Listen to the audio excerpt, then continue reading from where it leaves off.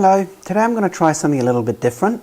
It's been a pretty full-on 3 episodes of the Corban Fibre project, and before overwhelming everyone with what's to come next, which is the really challenging bit, also the most exciting, because a lot of things go wrong in this next part, bringing Corban Fibre to life. But I wanted to take a moment just to reflect a little bit about why I'm doing this. So I've had a talk to Claude, and we've come up with an idea that is going to explain the purpose of this video. First question. So I have to be honest with you, when I started this channel, what was I actually trying to solve? Well, simple answer is I wanted to get my music out there. I've had these songs shelved for over 20 years, and I needed a platform to express them and showcase them. And rather than just be another content creator that puts content out there without any basis for it and people don't really understand, it hasn't worked in the past, and I didn't think it was going to work now, but hopefully the honest connection, which is what I'm sharing with you guys here, elevates the project a little bit more and also makes me think about it more as well. It is challenging, and I'm being vulnerable here in showing off what I'm kind of doing with the Corban Fibre project. But hopefully after this you have a much better understanding of the process, and hence you have a much bigger appreciation for the end product. That's my hope anyway. Next question. What was the one creative problem that started all of this? Yeah, I guess the biggest creative problem I had in the past is that I had these ideas for these songs but could never realize them. It was only after the discovery of a program like Suno that could take the core of the concept of the song and rewrap it into something that I personally identified with. Like Corban Fibre, he's a folk singer. I've always wanted to be a really good folk singer. But life has other plans for me, but I still got these beautiful folk songs that I really want to share with the world. So what's the best way to do that? Well, prepare the world for your songs. Leave a legacy.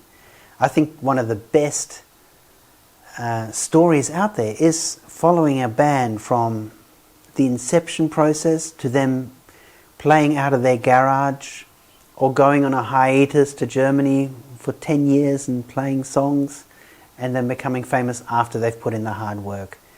This is me proving I'm doing the hard work. It's not a click of a button or a whimsical sentence. Voila, here it is. There's something behind it. Okay, when I sit down to write a song, what's the hardest part? How has AI changed that? To be honest, I haven't really explored in the creation of the song.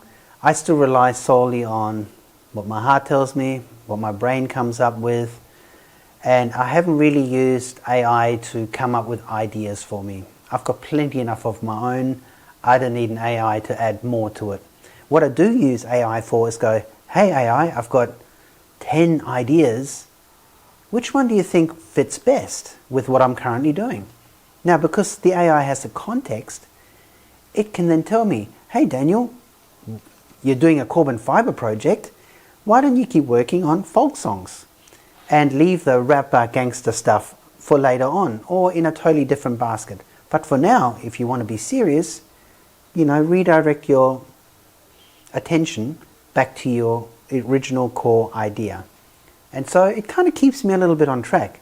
And to be honest, I use this almost daily, because as a creative, and I'm sure a lot of people out there are, that have a million things going on in their head, you lose direction. And I found that using AI just to go, okay, this is all my thoughts, and it says, yeah, great, they're great thoughts, but why don't you follow this, finish that off first before you then go and gallivant off and do something more. Has AI ever surprised me in the writing process, given me something I wouldn't have found on my own?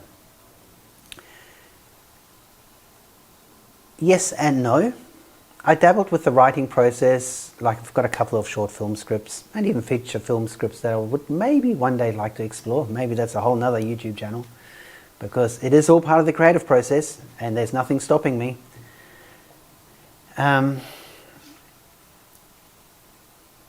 wouldn't know if I found on mine. Yes, one of the nice things about the AI feedback loop is it fills in the gaps, because the thing is so damn logical. Creativity isn't logical. To make it manifest in the world, you have to go through a logical process. A painter has to go, oh, I've got this great idea for painting. I have to pick up this brush, have this kind of canvas, and use this kind of paint. You can apply that to music, you can apply that to content creation. If you have the AI that can fill in those gaps for you, it makes your journey so much easier. It can almost preempt you. Well, Daniel, if you want to make these songs, well, have you thought about this, this, and this? And most of the time, I've maybe thought about a couple of those things, but there's this one little link that I would have totally ignored and possibly would make my work 10 times harder. This is the beauty and the efficiency of using AI like that. Is AI a collaborator, a tool, or something else entirely? Well, this is a loaded question. It is a great tool and it is a great collaborator, but it's only as good as you master it. Shit in, shit out. That's basically what it is. Effort in, effort out. And I hope this kind of translates in what I'm showcasing here with the Corban Fibre project. Anyone can do what I do, but does anyone have the journey or the intention that I have? Well, that's what makes me unique. And hopefully that shines through. Someone hearing the music for the first time without any context will write it off immediately. Someone who knows me, knows my background story, will suddenly go, oh yeah, I remember he talked about how he struggled with this bit, and oh look, the result's not half bad because of that. And I think we're missing a lot of this context lately, being in such a polarizing world that we live in today. Context is ignored a lot of the time. People take a stance, that's their opinion, and they go with it, full stop. This journey here is a nuanced approach, and I'm hopefully that there is actually some hunger for this kind of content. But we'll wait and see, shall we? Act 2. What would making Corban Fibre have looked like 5 years ago without these tools? Very hard. Oh my gosh. Let's see.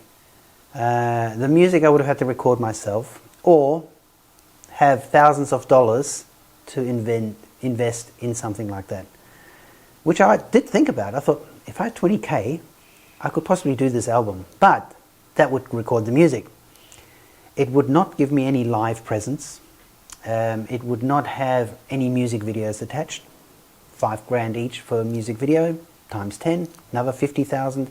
So what I'm doing now, 5 years ago, if I had to pay people to do it, it's $100,000. I'm going to do that for a fraction of the cost. If all goes to plan, each Corban Fibre song and music video will be within the $500 mark. Well, 5 by 10, it's still $5,000, but it's not $100,000. $5,000 is doable. $100,000, not many people have the luxury of spending that much money. What would I have needed? What would have cost? Well, I just answered that. And what has AI actually removed from the process? And is everything it removed worth losing? Yeah, another loaded question.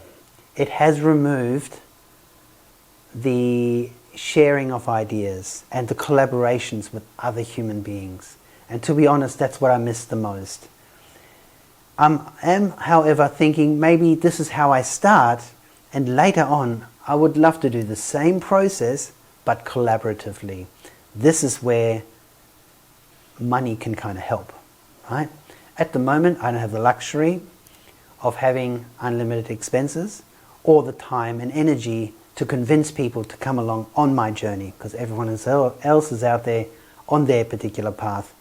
And to ask someone to commit to a 5-month project to realize my dream without any financial benefit for them is kind of very unlikely at this stage. but things could turn around in the future, and that's something I'm hopeful for within the AI age to come. But that's a whole nother video.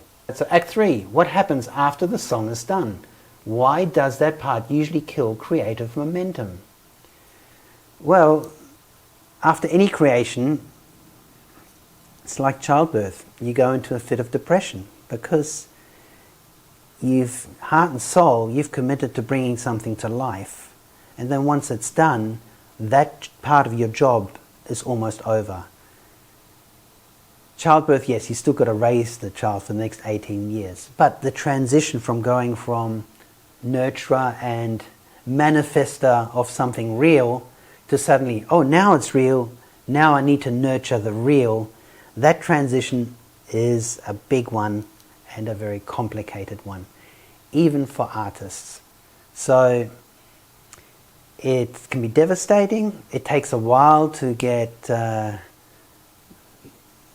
through the concussion of having achieved and putting something in the world. And then also too, it becomes excruciatingly real. It is there for people to judge, and you've still got the hardest road ahead of you, especially when people don't understand where it comes from, and because it's a baby you brought into the world, any criticism is personal. Now don't worry, you're free to love or hate these songs. I'm trying to develop a thicker skin, but ultimately any creativity that is broadcast to the world is a part of you. And this is where I said earlier, easy come, easy go, shit in, shit out, heart in, heart out. When that gets scrutinized, especially in the world that we live in, that everyone can have a comment with no repercussions really, apart from the person they're commenting on, they have to carry that. So it's kind of a bit dangerous, which also makes it a little bit exciting. But like I said, hey, you just develop a thicker skin and you get over it. And how much of this business end of being creator can AI actually handle? Well, that's to be explored, and that's something I will explore with this.